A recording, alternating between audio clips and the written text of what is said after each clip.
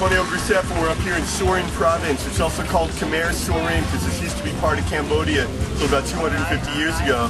Now up here there's the Goy ethnic minority and they live with these elephants. And it's a lot of fun to come up here because you can feed the elephant.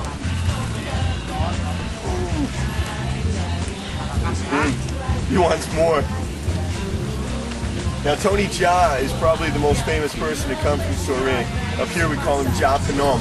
And he's part of the Goy ethnic minority. And up here there's 3 languages spoken, which are Lao, Khmer, Thai, and Goy. There's 4 languages spoken here. And he grew up with one of these elephants, just like this.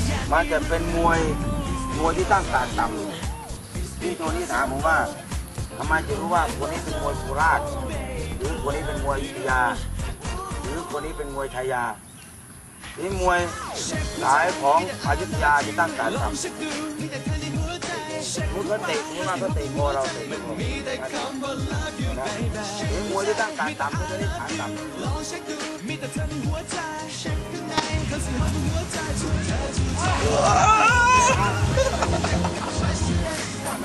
I don't know who's getting the worst of this, me or this elephant. Oh my goodness. Thank you.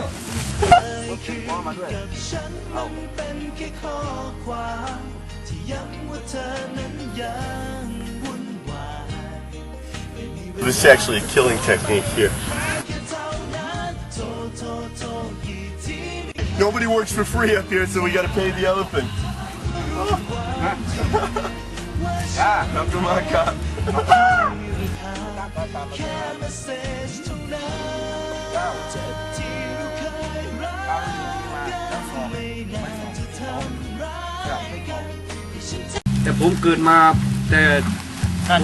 This elderly Goy tribesman is the oldest man in the elephant village.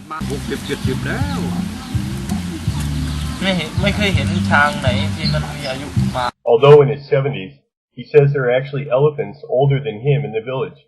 An elephant's lifespan is the same, or sometimes greater, than that of a human being.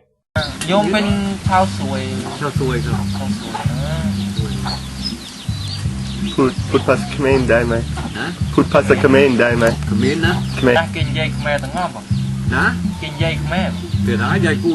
My translator, Prasamed, a Cambodian monk living in Thailand, then switched to Khmer. But he really amazed me because he was speaking some crazy dialect of Khmer that I only barely understood, but which this Goy tribesman seemed to find normal.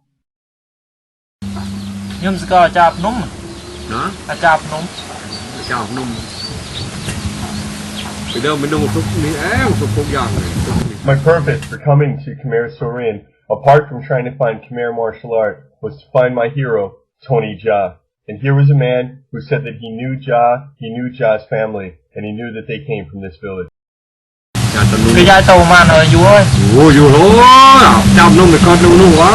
the one who told us that Jha Phanom's father had been a monk at the elephant temple nearby, and so I knew where my next stop would be.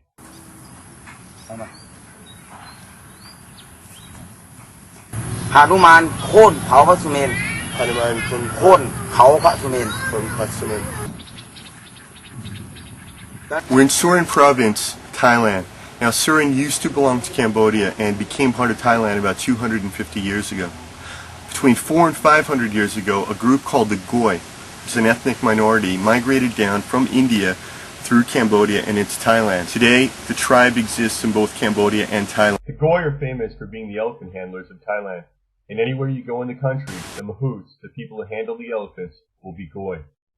They talk to the elephants in a special secret language which is actually an ancient form of Khmer.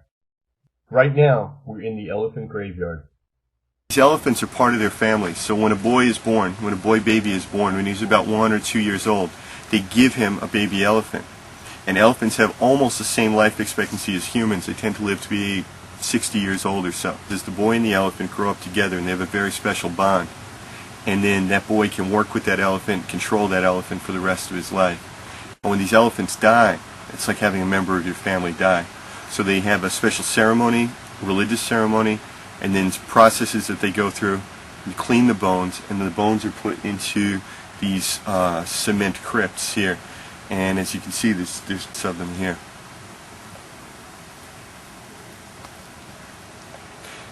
The respect that's given to the elephant is according to the age, the same as it would be for a person. So in other words, an elephant of 5 years old is treated like a child of 5 years old. As the elephant gets older, they actually consult with the elephant on major family decisions. If they're going to get married, if they're going to build a house, if they're going to move, all this they have to consult with the elephant. Today it's become very difficult for the Goy to make money with their elephants. They wind up traveling far away from home, living near the cities. For example, if they have an opportunity to work in Bangkok, that could be great for them, but then where do you sleep with an elephant in Bangkok? So the Goy are faced with a lot of problems today. Now, Japanom, Tony Ja, is about the most famous person from this region, and he's actually part of the Goy tribe. And in the tribe, they tend to speak Khmer, Thai, Goy, and Lao, because this region is called Isan region, and it contains both Lao and Khmer people. And Tony Ja speaks at least 3 of those. I don't know if they speak Lao, but I've been to his house and met his parents, and they spoke Khmer. He become a novice to dedicate all the mercy to the king, because right now the king is in the hospital. He wasn't ill, so he become in a Buddhism. The best way in order to send a mercy to someone, we have to become a monk or novice and send these to them. Become a monk to help the king. Yeah, it's like a powerful monk related to in order to encourage the king monk. You see that? Today we're in the elephant graveyard, and you'll see behind me this is a statue of the god of the elephant handlers. And this god is come all the way down from India. The Theravada Buddhism practice here, it comes from India down through Cambodia and through Thailand.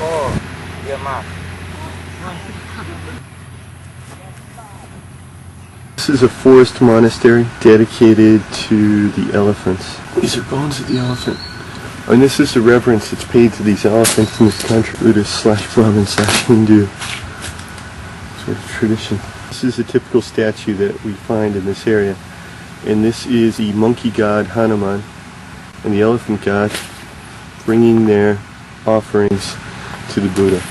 Now, Hanuman is very respected. He's supposed to be the most intelligent of the gods. And we find it a lot in the martial art. This morning when I was practicing with the master, he kept showing me moves that were based on Hanuman. Hanuman, Kamsao. See the reverence that's paid to the elephants. The forest monastery and the whole temple is dedicated to the elephants. You'll see statues such as this one that were donated by private individuals to commemorate the elephants, to honor them.